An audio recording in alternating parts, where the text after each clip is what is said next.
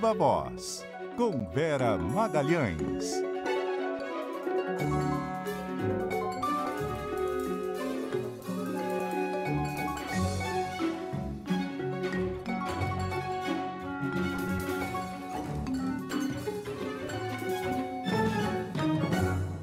Vera Magalhães, boa noite, tudo bem? Oi, Carol, boa noite para você, boa noite Nadédia, aqui do meu lado, todo mundo que está com a gente pelo rádio, pelos aplicativos de imagens. Boa noite, Vera. Vera, a gente vai começar essa edição do Viva Voz falando sobre a investigação a respeito dos desvios no INSS. Quanto mais mexe, mais fede essa história, né? Porque já num primeiro momento estava muito evidente que houve negligência e omissão por parte do INSS, depois novas informações foram surgindo, agora está muito claro que o ministro Carlos Lupe foi informado que havia problemas ainda em 2023 e a gente só foi ter algum tipo de ação para coibir isso agora, né? Exato, e o ministro Carlos Lupe deu uma série de entrevistas ao longo de todo o fim de semana que, ao meu ver, pioraram a situação dele.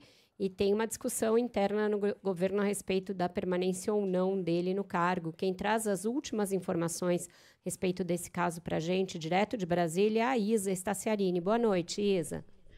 Oi, Vera, muito boa noite a você, a Carol e a todo mundo que nos acompanha. Pois é, o que eu e a minha colega Gabriela Echenique temos escutado ao longo de todo o dia de hoje é que, de fato, a imagem do ministro Carlos Lupe fica bastante desgastada, mas que a prioridade do presidente Lula neste momento é recuperar e devolver os valores que foram descontados de forma ilegal de aposentados e pensionistas. E aí, hoje à tarde, um auxiliar de Lula me disse que, como a investigação da Polícia Federal e, a princípio, relatórios da Controladoria Geral da União não identificam ainda diretamente uma associação do ministro com esse esquema de fraude, por enquanto, Lupe permanece no cargo. Portanto, dentro do governo, não há, neste momento, nenhum indicativo de demissão de Lupe. O que essa pessoa me falou é que, como Lula também preza pela presunção de inocência, e a Gabriela Echenique até apurou que houve um comparativo ali com o ministro Silvio Almeida e também com o ministro Juscelino Filho, que no caso de Silvio Almeida tinham realmente relatos de vítimas, denúncias comprovadas, e de Juscelino Filho, né, a denúncia da Procuradoria-Geral da República em relação a Carlos Lupe, ainda não há nenhum indicativo, nenhuma prova contundente. E aí nós fomos ouvir também do lado do PDT, né, já que Lupe é o presidente do partido. E aí um cacique importante me disse o seguinte, que se Lupe for demitido, o PDT também vai ser demitido. E aí eu perguntei para ele o que isso significava. E ele me respondeu a saída do governo. Mais cedo, em uma reunião hoje pela manhã no Ministério lá da Previdência Social, Lupe reconheceu que teve sim uma demora do INSS para investigar toda essa crise. Ele disse que em junho de 2023 começou uma apuração interna e que pediu, à época, a investigação, mas que, nas palavras dele, levou tempo demais para que isso acontecesse. Eu pedi a instruir para que o INSS, que é a instituição responsável pela ação dessa política pública, começasse a apurar essas denúncias apresentadas. Levou-se tempo demais. E aí, lembrando, né, que Lupe passou a ficar bastante fragilizado depois que veio à tona a informação de que ele sabia das fraudes desde o primeiro ano, né, do governo Lula, desde 2023, portanto, mas que levou um ano para agir. Inclusive, em uma entrevista à CBN, a ex-conselheira, né, do Conselho Nacional da Previdência afirmou que as denúncias de descontos ilegais começaram a surgir ainda no governo Bolsonaro, mas que mesmo no governo Lula nada foi feito. Nessa reunião de hoje, ele disse que o Ministério sempre agiu firme e garantiu não ter nenhuma acusação contra ele e ainda falou que o INSS não é botequim de esquina. Ele ainda defendeu que, nas palavras dele, vou repetir, qualquer picareta seja exemplarmente punido, seja ele de qualquer grau ou instância dentro do INSS. Vera. Obrigada, Isa. Ô, Vera, como é que fica a situação do ministro Carlos Lupe? Porque ele diz que não se sente fragilizado, que fez tudo o que tinha para fazer. Agora, ainda que não haja nenhum indício de que ele se beneficiou do esquema, a incompetência está mais do que desenhada, né? E a omissão. Incompetência, omissão, um certo pouco caso com a situação da vida real das pessoas, a partir de uma fraude continuada por tanto tempo, disseminada, que cresceu muito sob a sua gestão. Ele trata como se fosse um caso menor. Ele chegou a falar em uma das entrevistas que deu no fim de semana que houve erros ou falhas, quando está muito longe de se tratar de erros ou falhas, era um esquema em larga escala, com várias associações, descontos que as pessoas nunca autorizaram por serviços que elas não estavam utilizando dessas associações, e o partido claramente usando os mesmos expedientes do Centrão para manter no cargo alguém investigado, né? Sendo que o PDT é um partido pequeno, tem 17 deputados e 3 senadores, e não é um risco assim tão grande a governabilidade. Outra coisa, o que o PDT vai fazer se sair do governo Lula? Qual é o seu destino político? Vai se ligar à direita? Muito pouco provável. Então, é o tipo de bravata e ameaça que eu acho que o partido não poderia cumprir se o governo pedisse para baixar as cartas do truco. E, por fim, a comparação com os casos do Juscelino Filho e do ministro Silvio Almeida é uma coisa totalmente descabida, desprovida de propósito. Uma coisa é uma denúncia de assédio moral e assédio sexual que diz respeito às vítimas, é gravíssima, mas diz respeito às vítimas e ao ministro, e o governo agiu ali no primeiro momento. Não tinha lesão às pessoas, à sociedade, a um grande grupo como agora existe. Mesma coisa do Juscelino Filho, era um caso que dizia respeito a condutas dele de antes de assumir o governo, o ministério, do seu mandato de deputado, e a Justiça já está investigando. Nesse caso, tem milhares de pessoas, talvez milhões de pessoas lesadas efetivamente naquilo que é mais sagrado, que é o seu benefício ali para viver, para comer, para se vestir, para pagar aluguel, para pagar a prestação do apartamento, pagar a escola dos filhos, um dinheiro que o governo vai ter que tirar de algum lugar para reaver essas pessoas. Então, é uma coisa que atinge diretamente a vida das pessoas, que macula a imagem do governo como um governo que permitiu que fossem lá tungar dinheiro de aposentado. Se eles não conseguem compreender a gravidade disso e ficam passando pano como se fosse comparável, benefício da dúvida, que é isso? Ele foi avisado por uma conselheira do Conselho Nacional de Previdência em 2023, junho de 2023, e ele não nega isso. E aí diz que em julho de 2024, um ano e um mês depois, quando não tinha nenhuma providência, aí sim ele achou por meio, demitiu um diretor e manter o resto da cúpula. Quer dizer, é uma confissão absurda de ter tratado com absoluta negligência um caso gravíssimo. No governo tem um incômodo muito grande com isso. Vários outros ministros acham que o Lula deveria demitir o Lupe, mas ele ainda assim segue passando pano para o ministro. É isso que ele está fazendo. E o que essas pessoas querem, né, Vera? Claro, também essa responsabilização, mas, sobretudo, e o que precisa ficar muito claro, é a devolução desse dinheiro. O governo já assumiu o erro, precisa devolver. As pessoas precisam ter essa fraude corrigida. Exato, Nadege. O governo está comemorando o fato de ter conseguido evitar o repasse de maio para essas entidades. Então, chegou a ser descontado da folha das pessoas, o de maio, e aí se percebeu a fraude, o governo reteve isso que foi descontado em maio, vai repassar, vai devolver aos beneficiários na folha de junho. Então, os aposentados e pensionistas já vão receber em junho o que foi descontado no último mês. Mas e todo o passivo? Para isso, não se tem nenhuma definição de como vai ser feito esse ressarcimento, de que maneira isso vai impactar, inclusive, as contas públicas, porque o dinheiro desse ano já está todo ele destinado a outras coisas, tem uma meta fiscal a ser cumprida, mas, enfim, vai ter de ser efetivada essa devolução. E a Casa Civil, que é a coordenadora do governo, aquela que deveria ter responsabilidade por dizer como as coisas vão acontecer, e a equipe econômica, que é a dona do dinheiro, tinham que sentar e fazer uma reunião e discutir seriamente como vai ser a devolução disso, de que monta é isso, eu não sei nem se sabem a ideia desse volume de recursos que vai ser necessário para isso, também estão comendo mosca nesse aspecto. É muito estranho, né, Vera? Porque o governo fala tanto de problemas de narrativa e de comunicação. Olha a faca e o queijo na mão que o ministro Lupe tinha, né? Alguém falou para ele, olha, tinha aqui uma maracutá, a herança do governo Bolsonaro. Tinha desvio de dinheiro de aposentado. Ah, beleza, qualquer coisa vai me avisando. Aí ela não falou mais nada, a gente também deixou rolar. É inacreditável, né? E assim, e daqui para frente, como é que vai ficar? Vão ficar todos os descontos suspensos? Vão passar um pente fino? Também não sabemos, né? Não sabemos, mas tem estudos. Ali tem um novo relatório da CGU que vai sair nos próximos dias, um relatório final desse caso, provavelmente tentando elucidar melhor como funcionava o esquema e qual o papel do INSS nisso tudo, se só pecou por não fiscalizar, se tinha uma conivência, etc.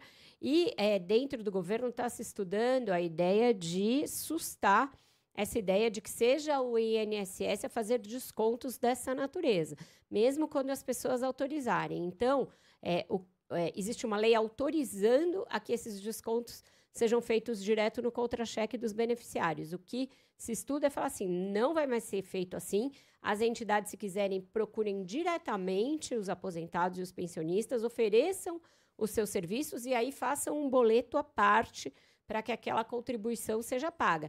Isso, inclusive, evidenciaria o que a pessoa está pagando. Porque hoje uma fonte me diz o seguinte, olha, ninguém mais recebe, muito pouca gente vê o contra-cheque impresso ou abre no computador para olhar que descontos são. Muitos beneficiários acharam que aquele era um desconto obrigatório que estava sendo feito. Muitas vezes o valor é baixo, você acha, é um dos descontos da contribuição previdenciária. Ninguém associava a entidades dessa natureza. Então, fazendo um boleto próprio, uma associação, uma filiação que você tem que assinar e que você individualmente vai lá e faz, e aí recebe um boleto, isso seria muito menos passível de fraude, tiraria o INSS da equação e pouparia, blindaria o órgão de novos escândalos dessa natureza. Então, talvez saia uma instrução normativa nesse sentido, não precisa nem de lei, porque a lei é só autorizativa para que os descontos sejam feitos e poderia ser uma maneira de tirar o INSS dessa fria em que ele se meteu. Muita coisa para a gente acompanhar daqui para frente ainda, e a gente continua em Brasília. Agora tem informação chegando a respeito da expectativa da votação do PL da isenção do imposto de renda. Ana Carolina Tomé está ao vivo com a gente. Boa noite, Ana. Boa noite, Nadédia. Boa noite aos ouvintes. O presidente da Câmara dos Deputados, Hugo Motta, afirmou nesta segunda-feira que a proposta que isenta do imposto de renda quem recebe até R$ 5.000 por mês só deve ser votada na Câmara no segundo semestre. Motta disse que o projeto deve passar por mudanças no parlamento e que tem um impacto muito grande na sociedade, demandando um amplo debate. O tema será debatido em uma comissão especial e o presidente da Câmara acredita que não haverá tempo hábil de aprovar o texto antes do recesso do meio do ano. Apesar de Motta reforçar que a medida é vista como prioridade, ele entende que a comissão especial e que o relator do texto, o deputado Arthur Lira, devem usar todo o tempo possível para discutir mudanças no projeto. A comissão especial possibilita isso. Nós temos ali um período entre 10 e 40 sessões e eu entendo que se ele puder usar o prazo máximo, ele vai conseguir ouvir todas as opiniões possíveis acerca daquilo. Temos aí 2 meses, mas tem um período de recesso, né? Então nós temos o mês de junho, julho. Então eu penso que talvez fique para a Câmara votar após o recesso aí, já no segundo semestre. Não acredito que a Câmara vote isso antes do segundo semestre. Por quê? Porque é uma medida que tem realmente um impacto muito grande, dependendo de como ela vá ser construída, para a nossa economia. O presidente da Câmara participou de um seminário do Banco Safra que contou ainda com a presença do ministro da Fazenda. Segundo, sempre pressionado ali pelo ajuste fiscal, Fernando Haddad cobrou a divisão de responsabilidade com o Legislativo e Judiciário.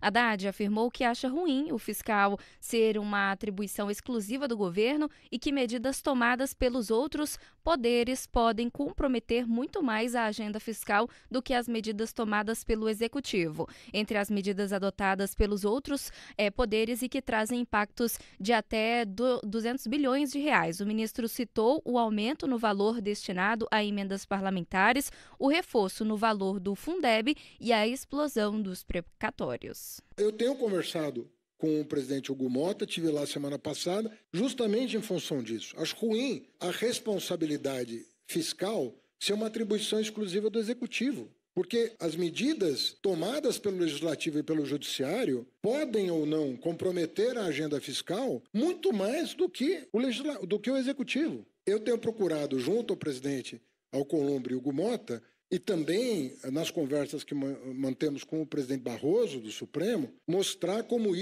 essa agenda depende de uma harmonia entre os poderes. Em resposta, Hugo Mota disse que o debate fiscal deve ser liderado pelo Executivo e disse que o Legislativo pode contribuir, revendo as renúncias fiscais estimadas hoje em 650 bilhões de reais. Nadédia. Muito obrigada, Ana Carolina Tomé. Bom, chegou o momento, né, de começar a discutir efetivamente esse projeto.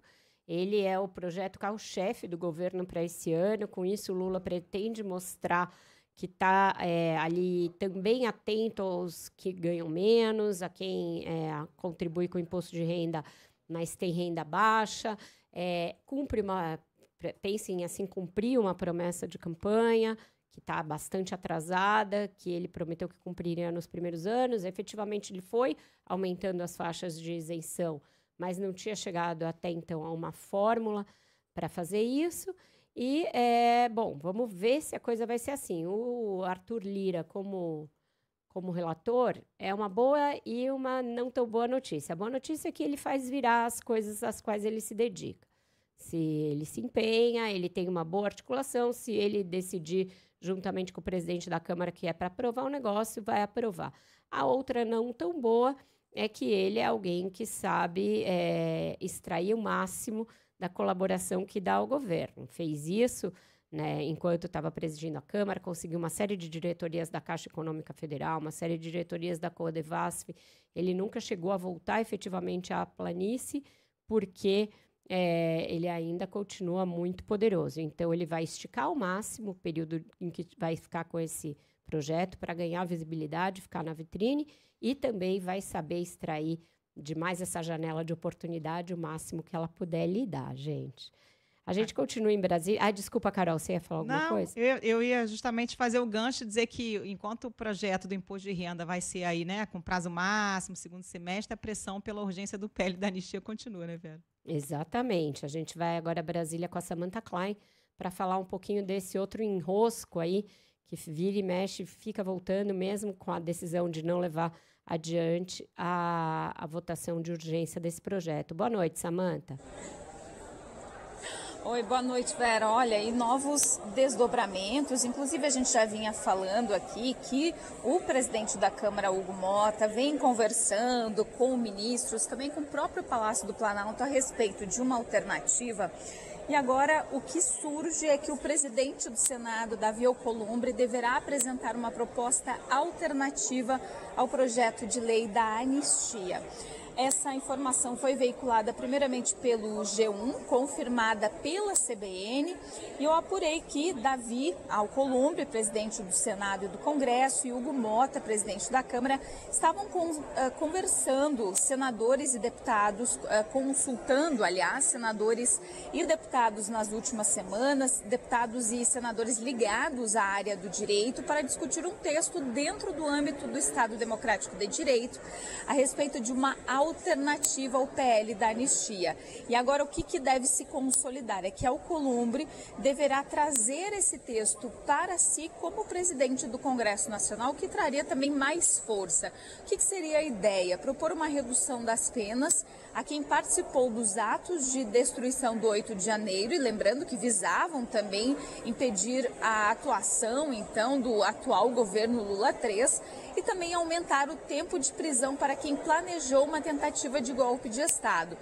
Vale lembrar que mesmo que essa proposta se concretize, penas mais duras do que as atuais não poderiam retroagir para os envolvidos no inquérito do golpe.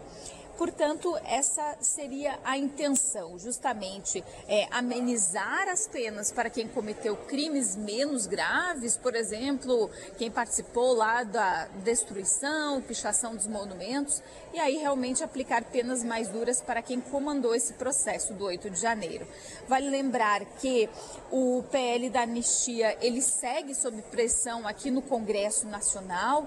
Na última quinta-feira, o presidente da Câmara, Hugo Mota, travou o avanço do requerimento de urgência ao projeto que prevê anistia total aí para os envolvidos nos atos do 8 de janeiro, e como retaliação, a oposição bolsonarista, em especial, anunciou uma obstrução da pauta em plenário e na comissão. Essa é uma estratégia que eles já tinham utilizado, mas que não teve grande avanço. A ideia seria essa. O líder do PL, Sóstenes Cavalcante, chegou a falar em greve de fome, falou em várias alternativas, inclusive falou com a jornalista Bela Megali, falou numa retaliação às emendas de bancada. E aí, o que aconteceu? Quando ele disse, bom, agora essas emendas serão divididas somente entre parlamentares do PL nas 4 comissões que o partido comanda na Câmara, aí a questão bateu as portas do Supremo Tribunal Federal e o ministro Flávio Dino pediu explicações num prazo de até 48 horas, Vera. Muito obrigada, Samantha Klein, de Brasília. E aí, Vera, tem que combinar, né? Para ter acordo, tem que combinar. Tem que combinar principalmente com uma pessoa, né? Se chama Alexandre de Moraes. Combinar algo com ele não é sempre tão fácil, principalmente quando ele teria de ceder numa questão tão muito ali, que ele leva muito a sério, para a qual ele se dedicou muito e na qual ele tem sido bastante inflexível. A gente nota isso ele não tem dado tantas declarações sobre isso, mas exibiu 2 vezes aqueles vídeos, e isso não é por qualquer razão, é porque ele quer mostrar que o que aconteceu é grave. Ele fez isso, inclusive, agora, quando começou-se a discutir o caso lá da cabeleireira, que pichou a estátua da Justiça com batom, e as declarações do ministro Gilmar Mendes, que é um dos principais aliados do Alexandre de Moraes dentro da corte, e que deu declarações no sentido contrário a qualquer contemporização com quem promoveu aqueles atos do 8 de janeiro. Então, eu acho que isso ainda esbarra no convencimento do ministro, principalmente porque ele costuma dizer nos bastidores que uma coisa não tem nada a ver com a outra, que não é preciso atenuar e amenizar os crimes do 8 de janeiro para dar penas exemplares para os golpistas do governo Bolsonaro, que as duas coisas são um ato contínuo, uma levou a outra, e que não teria relação entre as duas coisas, e mesmo porque ele costuma sempre defender que qualquer anistia seria inconstitucional e que o Supremo teria de barrar. Acontece que tem que ver se o resto da corte está disposto a ficar comprando brigas sucessivas ou se está mais pendendo a fazer um acordo. Vamos ver se interessa para a oposição também, né? Fazer um projeto que alivie para os executores, mas que endureça a pena para quem, né? Para os cabeças. Mas aí, se tivesse esse acordo com o Centrão e o Supremo, eu acho que eles conseguiriam levar adiante. Aí ficaria só o PL isolado numa posição mais radical. Então, eu acho que a figura-chave aí para a gente saber se isso vai andar se chama Alexandre de Moraes mesmo. Vamos aguardar as cenas dos próximos episódios. Sim. Break, gente. Vamos pro break, a gente volta já com o Viva Voz, com o Eduardo Graça. Estamos de volta com o Viva Voz e agora diretamente com o nosso colunista de assuntos internacionais, Eduardo Graça. Boa noite, Edu. Boa noite a todas. Bom estar com vocês de novo. Boa noite. Edu, parecem 100 anos, mas na quarta-feira se completam 100 dias da presidência de Donald Trump. Ele chega a essa marca, segundo as pesquisas, como o menos aprovado de todos os presidentes da era moderna nos Estados Unidos. Isso vai levar a que ele modere um pouco as suas iniciativas ou ele parece meio dissociado desses resultados? É interessante, né, Vera? Ele, inclusive, bateu o recorde dele mesmo. Ele superou o primeiro mandato dele em aprovação ruim. Mas é interessante pensar que ele continua governando para a base dele, majoritariamente. E tem a ver um pouco, se a gente pensar, tem uma coerência aí com a própria candidatura dele, a própria campanha dele no ano passado. Em nenhum momento, você deve se lembrar, vocês todos, em nenhum momento ele acenou para o centro, para os moderados. Ele realmente apostou na polarização política dos Estados Unidos, que a base dele ia votar, isso desde as primárias, ia votar nele, e apostou, já que o voto nos Estados Unidos não é obrigatório, apostou naqueles eleitores que não votam comumente, pessoas que raramente saem de casa para votar, pessoas que não aparecem nas pesquisas, inclusive os institutos de pesquisa, eles têm uma lista de pessoas que eles entrevistam todos os anos e que são pessoas que dizem, não, eu voto, costumo votar. O investimento dele foi nessas pessoas.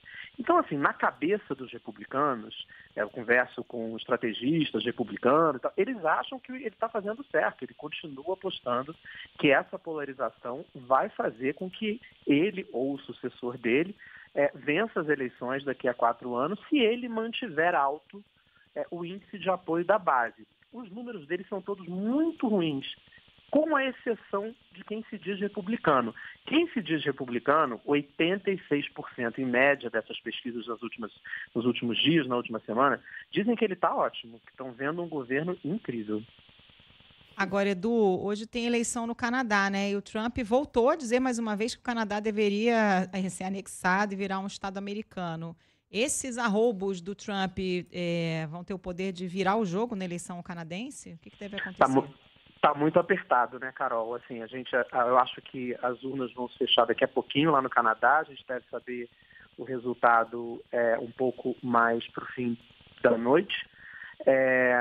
E é uma eleição que, teoricamente, não seria uma eleição tão importante assim para nós aqui no Brasil prestarmos atenção, mas essa especificamente tem, exatamente pelo que você mencionou, o fator Trump. O Canadá vai à eleição depois de ser governado por uma década por um primeiro-ministro muito carismático de esquerda, para o que é a esquerda no Canadá, né? Um primeiro-ministro liberal, Justin Trudeau, de uma família muito importante política de tendência social-democrata no Canadá. E até a entrada do Trump, o candidato favorito a ganhar era o candidato conservador, que é o Pierre, vocês me perdoem a pronúncia do sobrenome dele se não estiver 100% correto, que é difícil, Poilievre. Ele era o cara que apareceu como sendo o Trump canadense. E ano passado ele estava, assim, lá em cima nas pesquisas. Depois de todas as tiradas do Trump, de que o Canadá deveria ser o 51º estado americano, que não tem sentido o Canadá existir como um país, o candidato liberal, que é o Mark Carney, que é um tecnocrata que comandou o Banco do Canadá e o Banco da Inglaterra, né? A gente precisa lembrar que o Canadá, embora não seja um estado dos Estados Unidos, o chefe do estado do Canadá é o Rei Charles, né? Ainda. Eles são um país independente, mas que tem como chefe de estado, participam do Commonwealth britânico, o rei britânico.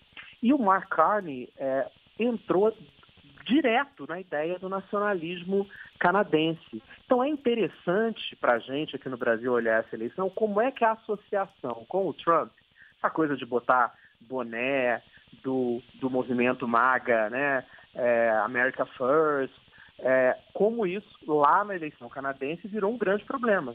Os conservadores que estavam na frente começaram a cair, apesar do desgaste de 10 anos de governo liberal. Então, assim, a perspectiva é que os liberais ganhem por pouco, e se ganharem por pouco, o grande cabo eleitoral deles foi Donald Trump, ironicamente.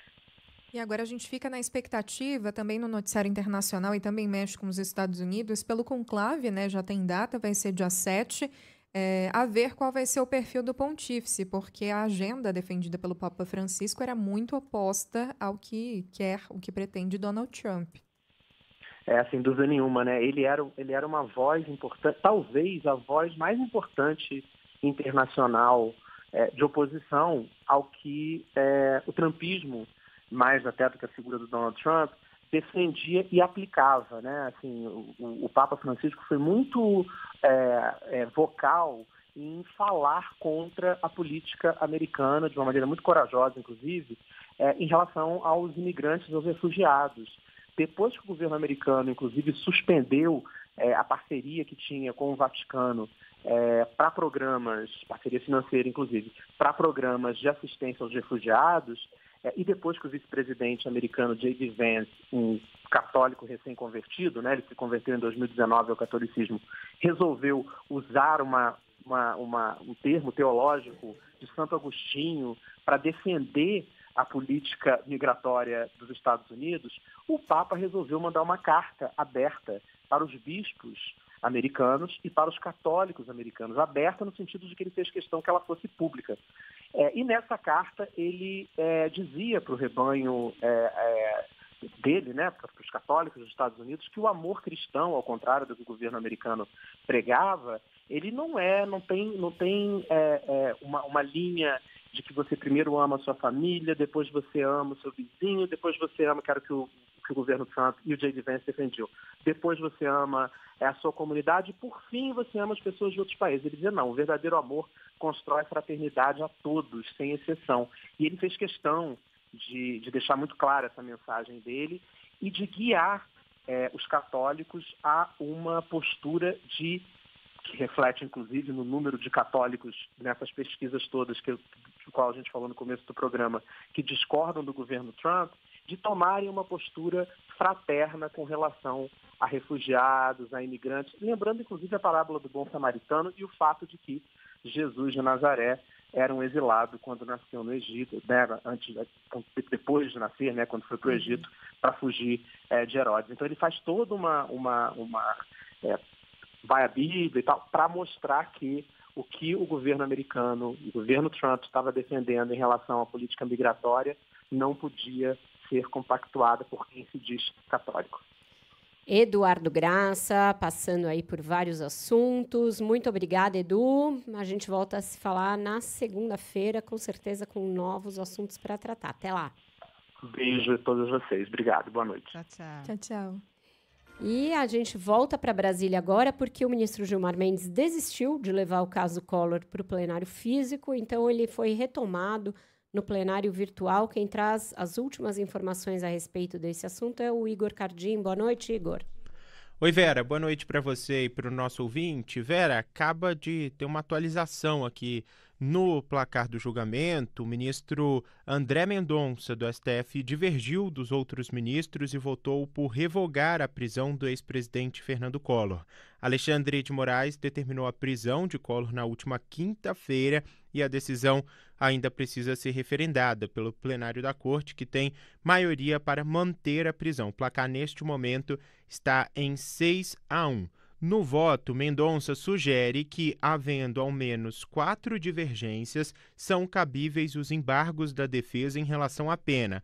Para ele, os pedidos não são meramente protelatórios, como foi analisado pelo ministro relator Alexandre de Moraes, mas integralmente legítimos ao direito à ampla defesa. Por isso, o ministro pede a revogação da prisão e a expedição de alvará de soltura. Mais cedo, o ministro Alexandre de Moraes deu 48 horas para que a defesa do ex-presidente Fernando Collor apresente um prontuário e o histórico médico, bem como os exames anteriormente realizados que comprovem as comorbidades apresentadas pela defesa. A gente lembra que os advogados de Collor têm alegado que ele tem doença de Parkinson, apneia do sono grave e transtorno afetivo bipolar para justificar o pedido de prisão domiciliar dele.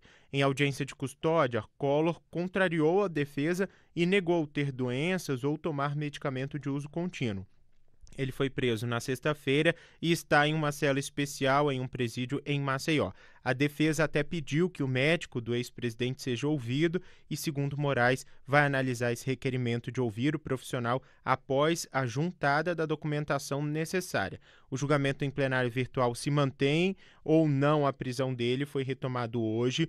e já com essa maioria formada pela manutenção da prisão, e vai até 11h59 da noite desta segunda-feira. Então, os outros ministros que ainda não votaram devem incluir o voto. Já são 6 votos para manter a prisão dele. O ministro Cristiano Zanin se declarou impedido e agora a divergência aberta pelo ministro André Mendonça. Na sexta, o ministro Gilmar Mendes havia pedido aquele destaque para o julgamento ir para o plenário físico, mas acabou voltando atrás no fim de semana. A avaliação é que seria ruim manter Collor preso por conta de uma decisão monocrática e a sessão presencial da corte para referendar o placar deste tribunal está prevista para o dia 7 de maio. Vera. Obrigada, Igor. Ficamos por aqui, Vera? Hoje sim, ficamos por aqui. Viva Voz um pouquinho mais curto, mas amanhã estamos de volta com mais análise e bastidores. Até lá, gente. Um beijo, até amanhã. Beijo, até.